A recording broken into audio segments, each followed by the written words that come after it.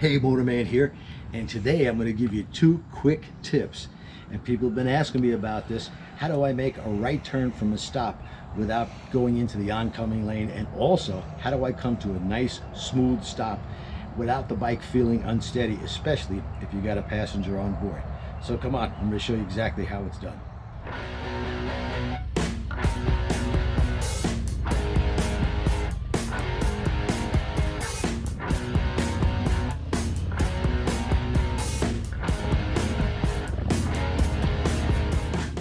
Okay, here's the scenario.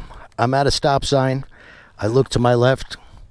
There's nobody coming. I want to make this right-hand turn without going over the center line of the road. Now, there's no double line here, but you get the idea. You got a 24-foot wide street. You should have plenty of room to make this turn without going anywhere near that center line or crossing over the imaginary center line. You don't want to hit, of course, a vehicle coming down the road. So here's the drill. You got to turn your head and eyes to the right. The further to the right you turn your head and eyes, the tighter the turn is going to be.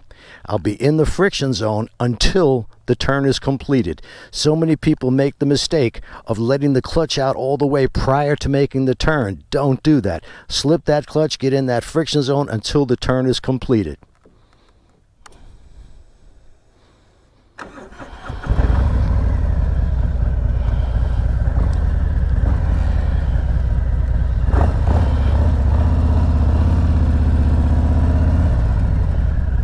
It's as simple as that.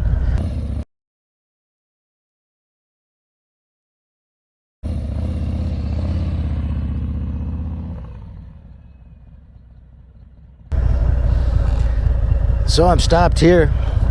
I turn my head to the right. The further to the right I turn my head, the better.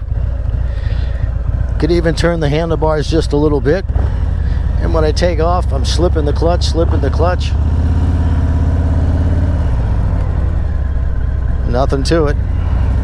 If you let that clutch out all the way as soon as you take off, your turns are going to be wide, no question about it. So all right, let's talk about coming to a nice, smooth, easy stop. I must get at least 5 or 6 emails every single day of guys telling me that they're having a problem coming to a stop and almost tipping the bike over. One of them went something like this. This guy says, yeah, I'm a Svelte 250, but my wife is really packing on the pounds. And when I got her on the back of the bike, you know, I even bought her a treadmill for her anniversary, and she hasn't used it, so you know she's not losing any weight. So I come to a stop with her on the back of the bike there, and man, I feel like it's going to tip over. Well, is that because of your wife's weight, or because, well, you're making a doofus move? So here's the scenario. I'm going to come to a nice easy stop here. I'm going to use front and rear brakes. Just before the wheels stop moving, I release the rear brake and put my feet down, both feet, because you know, this is an 850 pound bike, and with your weight plus the weight of your wife on the back, it's going to be a problem. But first, you need to practice coming to these smooth stops by yourself without your wife on the back. That should take all of maybe 5 or 10 minutes. If you're a real doofus, it could take 15 minutes, but this is very, very simple. You're going to use front and rear brakes. I'm even downshifting here into first gear. I'm coming to a nice smooth stop. The last part of the braking, the final braking, is with this front brake. Don't snatch it, don't grab it.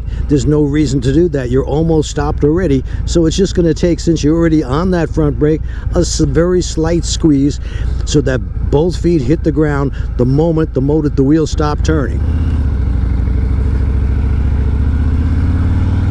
Keep your head and eyes up. Make sure the handlebars are pointed straight ahead. If the handlebars are pointed to the left or to the right, it's going to make it a little more difficult. If they're pointed really far to the left or to the right, you're probably going to drop the bike. And then, you know, if she's on the back, you're never going to hear the end of it. So once again, I'm coming to a stop now. I'm using both brakes. I downshift into first gear. Just that last little bit is used with the front brake. My feet hit the ground the very moment those wheels stop turning.